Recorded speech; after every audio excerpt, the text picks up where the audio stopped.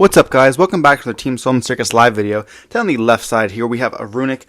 I believe it's Runick for hire, actually. With a little bit of a spray engine. I think a little bit less than a normal spray engine. You know, not working very much. I don't think we're going to see any nimble stuff in the deck. I could be mistaken, though.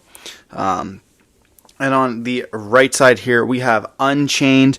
This is my first time operating Unchained. This is at the sneak peek, I'd like to mention as well. So I'm really excited for the deck. It looked like a cool deck. I was trying to figure out what deck I could play, a new deck with the cards that were pulled to sneak, and this is the deck that we ended up choosing on. So only needed two ultras, as well as I think it's like four commons. So that worked out really well for us. And before we dive into like, comment, subscribe, we're on the road to 5K, hoping to hit that by the end of the year.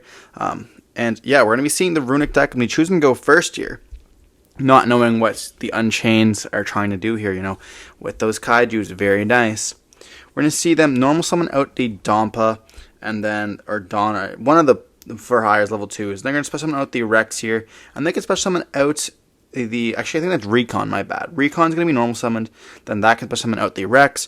Rex effects is going to special summon itself out, and then we're going to be able to search, we're going to special summon out Blue. Blue effects can activate. Searching for Red. Red's going to special summon itself out. We have a monster negate now, and then we're going to activate our first Runick card here, and we're going to be summoning out the Runick, to search for, we're going to summon out Huggins. Huggins is going to be able to search for a copy of the field spell here.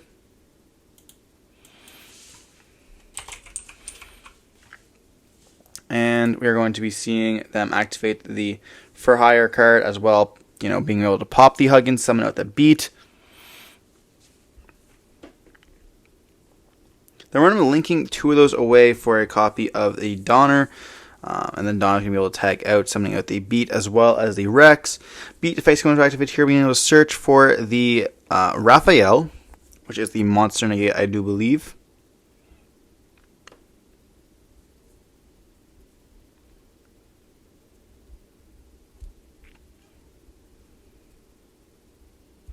Then we're going to be seeing an overlay here for a Gigantic.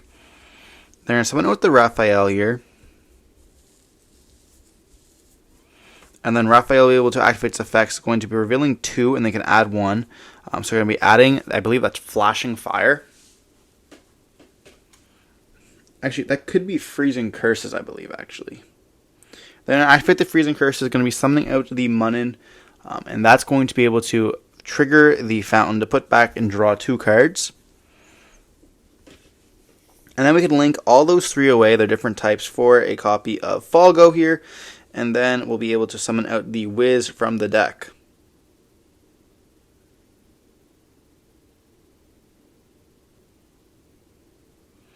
We're going to see a Fossil Dig can activate here. We're searching for a Rex from their deck. And we still haven't activated the Gigantic here. So Gigantic will be able to activate something, probably a Carrot or a Jet here. We're going to be seeing a Tip going to be activated here, adding, I believe that one is the copy of Flashing Fire. So I know they have Flashing Fire as well as Freezing Curses in the hand. And then you're supposed to run out the Carrot using the start of the Gigantic there. Pretty nice looking end board, you know. We have a Raphael that can be reborn off of the effect of Rex. We have Carrot, we have Red, and we have Wiz negate as well. And then we have a draw 3 with the Falgo if we summon it out using the Rex in the graveyard, as well as follow with Rex. And we have the Fountain as well, which is very nice. I'm going to be able to at least draw 2 cards because I have the Tip and then they have the Flashing Fire in hand. So we're going to activate the Kaiju Slumber here after we Kaiju'd the first one. And I completely forgot about the Wiz having a negate as well. I was like, what? Because I had Prosperity in hand, so I would have activated Prosperity first. Attempt to banish 6, and then attempt to see if he negates that. We're going to activate the Prosperity, though. You know what? You live and you learn. This is the first time I've actually seen a Wiz being special summoned out.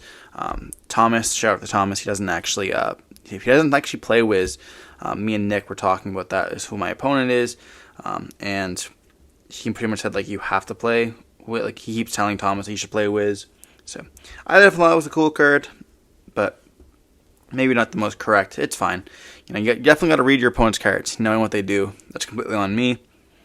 We're going to activate the Abomination Prison here. It's going to summon out a copy of, or going to search us for a copy of Shawarma, one of the new monsters, one of the level 6s, which is amazing. And fortunately for us, it's whenever a card is popped. So Falgo is not, is going to be a big problem for us because all of our effects will pop, and it's not just when their opponent pops and stuff. So here we're looking at like, okay, now we're going to set one card. I believe we set the Chamber, activate the Shawarma, attempt to pop, and we're going to activate that. We actually set Escape. Escape's going to activate here, and then he's going to chain Falgo, going to be able to draw 3 cards here.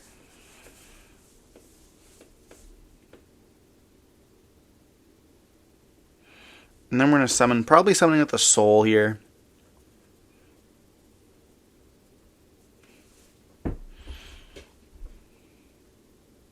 Soul looks red in this. Looks crazy. He's asking us what they do, so we're explaining what they do. Shawarma pops 1. Both the red ones pop 1 in the hand, which is interesting. It's a good way to keep track of what the cards do. Red pops. Blues pop, or I guess Rakea pops on field. Shaima pops engrave, I guess.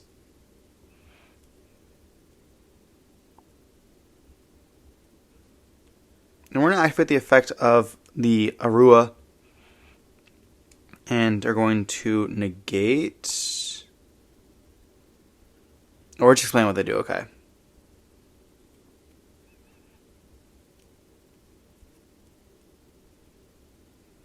It's going to negate with the red, choosing not to destroy so it keeps it in the hand.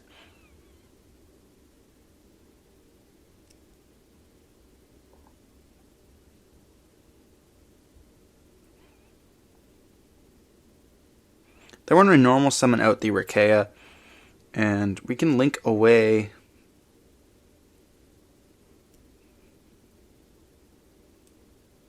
for the Yama. Then we're going to act with the Yama effect. It's going to hit us with the Freezing Curses to negate. And then we're going to be able to set off of the Shawarma, setting the Chamber there.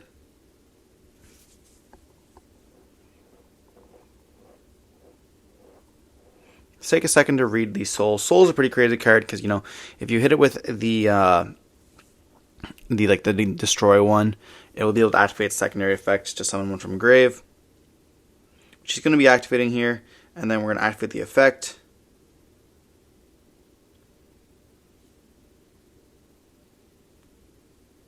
We will see the Runick fountain here going to be shuffling back and drawing 3. So we're going to summon out the Shawarma there, but it doesn't look like we're going to have very much that we can do. We don't have the blue, so we can't really go into a rank 6.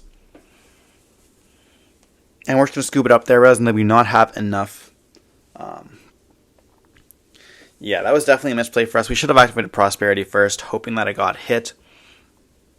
And then we would have been a little bit in a better position. If he didn't negate it, then that would have been fine. Maybe potentially would have seen a different card.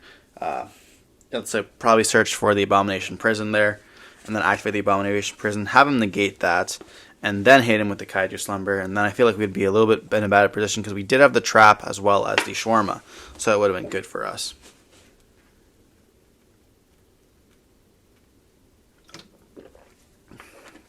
Regardless, that would have only cleared the problem on the board, being the red negate as well as the Wiz, or I guess the Raphael as well. They would have still been able to have at least one Runick and then being able to draw at least 2 cards there, which could have been possibly, still a hard thing for us to do. But moving on into game 2 here, I believe we're going to be choosing to go first with the deck. Unchained's not very strong going first. Obviously, you do have the rank 6 that you can go into, and leaving on the Blues Clues, it's not too bad. You're able to set up a little bit of an interruption, but using a monster, having 2 negates as well, 2 monster negates is huge, or summon negates, I guess, is very, very huge. But the issue is, you have to get to it, and this deck just dies to nib so easily.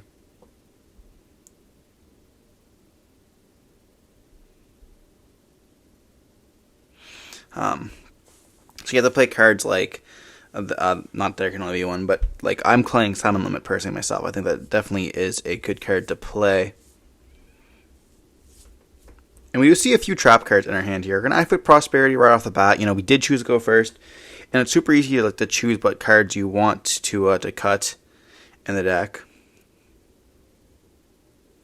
We see him touch the mat. He goes, "This is going to be weird on the video," but yeah. So he's looking for mats, and he actually is part of the Pyramid Gang as well. Shout out to them for having these amazing mats. I definitely recommend them to anybody who's looking for mats. But yeah, he's just looking for new mats. I have lots of mats myself, as you guys probably know.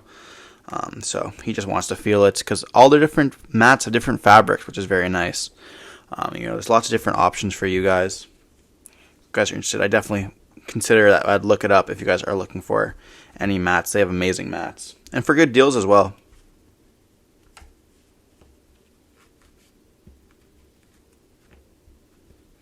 Here we're going to be summoning out the Shawarma. We're going to be activating the effects here. We're going to get the Rikeya. Then we're going to activate the effect of Arua in hand, popping the Rikeya, summoning out the Arua, and then we're going to be summoning out the Sharama. This card's like, purple is a little bit of a freak in the middle. He actually is Yama as well, I believe. He gets to set and then destroy. So then we're going to set the trap, and then we're going to be destroying the Arua effect's going to activate here. Going to be able to summon out the level 6 from the deck, going for the Shayama. I'm just absolutely butchering these names.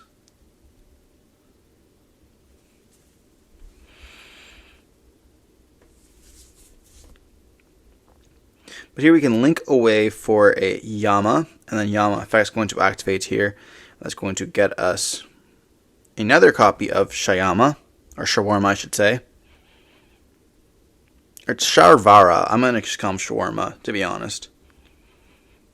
Then we can pop the trap, summoning out the Shaima. And we're thinking, do we make the copy of the Blue's Clues, or do we just leave this? Part of me thinks that we probably should just link away, but we chose to go for the Caesar instead. Then we set 2 cards here. I know for a fact one of them at least is a copy of Summon Limit here, which is pretty huge. It's a little bit weird having Summon Limit up when you do have a card like Caesar, though, which is interesting. I definitely don't think this is an optimal end board. We're going to see Dark Ruler no more here. It's going to set off both the cards. So I guess it will be able to be pretty nice there. We're going to see the effect of Starter activate here. Summoning out. And we're going to be chaining the Caesar here, because we can still activate the effect. It's going to remain negated. Summoning out the red here, which I think is a little interesting. I think personally I would choose to summon out the Carrot, because of the fact that, we have 2 sets. You already have all the monsters negated. Being able to set the Carrot, unless they're planning just to not have it on the end board, having 2 sets is pretty scary. I can assume that at least one of them will be live, but maybe they have enough gas in their hand to play through it here. And then we're going to activate the Abomination, summoning out the blue, which is a quick effect to pop.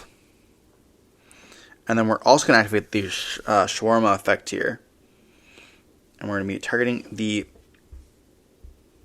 blue, or targeting Yama. Then we're going to summon out the Yama here. I think we should have probably targeted the Rikeya, and then summon that, be able to summon again. But we're going to be seeing them summon with Sprite Blue here, activate the effect, and then we're going to chain Summon Limit here. And if they would have chose to summon out Carrot instead, maybe they have Carrot in hand, I'm actually not even sure.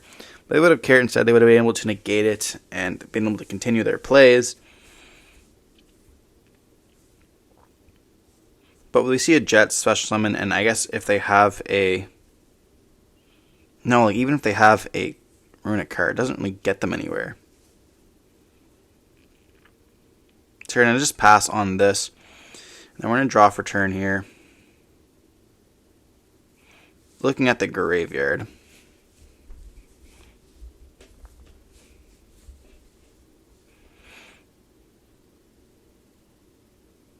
And it looks like we have the escape as well set. We're going to activate the Arua, targeting the Rukea, blow it up, summoning it out.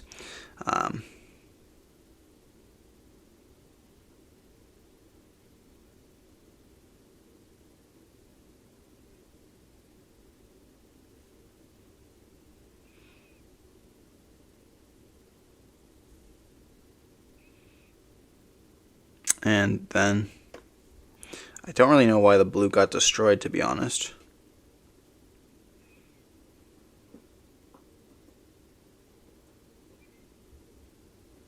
I don't think blue pops stuff, does it? No, it does not. I'm not too sure, to be honest. Okay, so we're going to go battle phase, okay, and we're going to attack. Should we pointed out the blue? Then we link away into the blue dog here. Oh, he negated it with the red. Okay, that makes a little bit of sense here. He's negating the effect of the Rukea with the red. That makes a lot more sense. I'm like, why is it going to the grave? I completely forgot that red negates. And then we're going to be making that, and he takes a second to read it. He realizes that we can just link away during his turn. That's going to be kind of one summon, and then we can just do it again for the follow-up. You know, having him summon a card, and then, you know, being able to then take that card, and let's say he summons another card, and then we can just take that during the follow-up turn with the red that we summon into.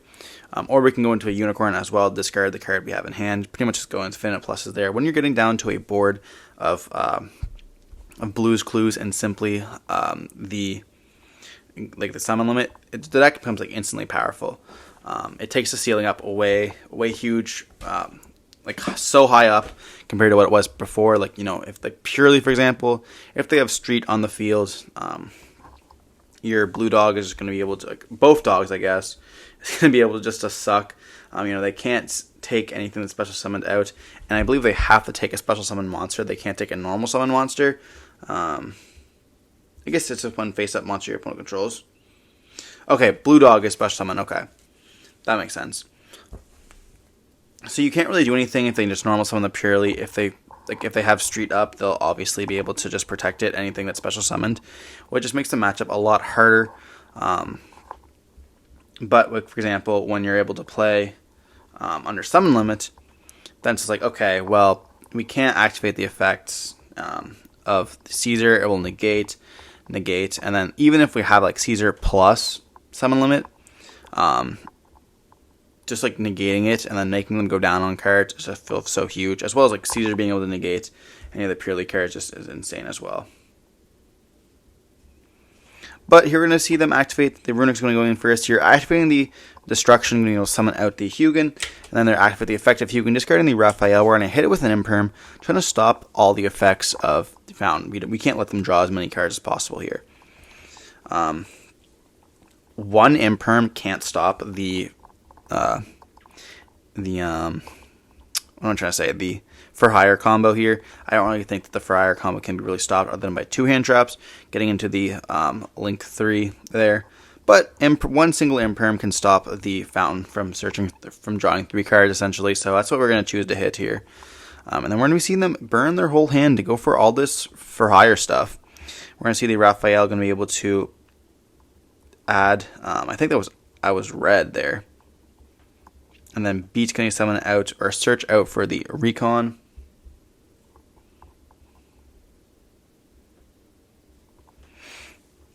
And then on Resolution, we're going to Duel. He's going to chain the Raphael there because Duel is an insanely powerful card. And then he's going to summon out the red here. And I don't think that he actually has very much he can do. Luckily for us, he was able to burn that Raphael with the Duel there. I don't think Duel really impacts very much what's going to continue here, but he will still have the red, or not red. He'll still have the effects of Raphael because they have Rex and Graveyard, and then when we summon out another for hire from the deck as well. There might be a world where you actually go into Donner, and then Donner and red go into, or maybe not. Maybe not. Maybe you don't go for the gigantic play there. Gigantic summon up. Yeah, I guess not. This is probably played correctly. I don't know too much about the for hire stuff.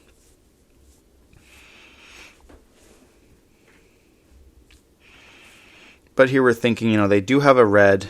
And we do draw a Kaiju Slumber here. So we're going to activate the Kaiju Slumber and leave them on nothing.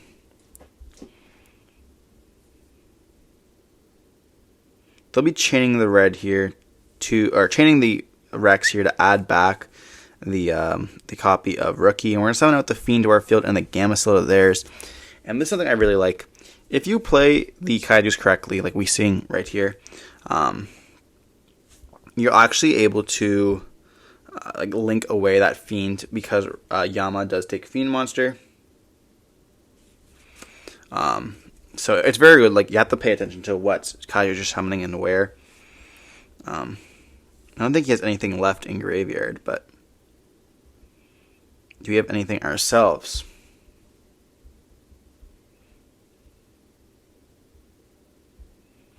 We are in a good position here. He only has a Rookie for hire.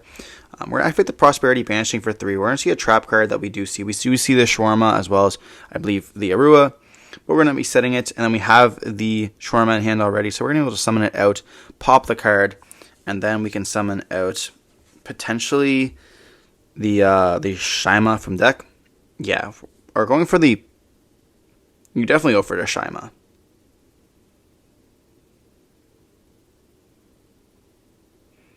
Okay, choosing to go for the Rukea instead. Maybe the other card in hand is good.